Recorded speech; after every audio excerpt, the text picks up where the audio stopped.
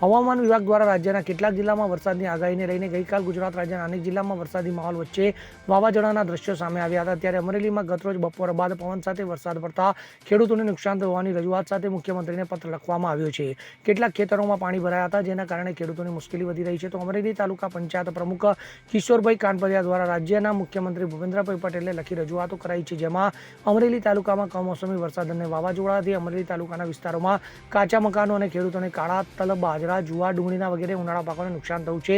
તો આ નુકસાનનું તાત્કાલિક ધોરણે સર્વે કરાવવા આદેશ આપવા માટે રાજ્યના મુખ્યમંત્રીને લેખિત રજૂઆત કરવામાં આવી છે.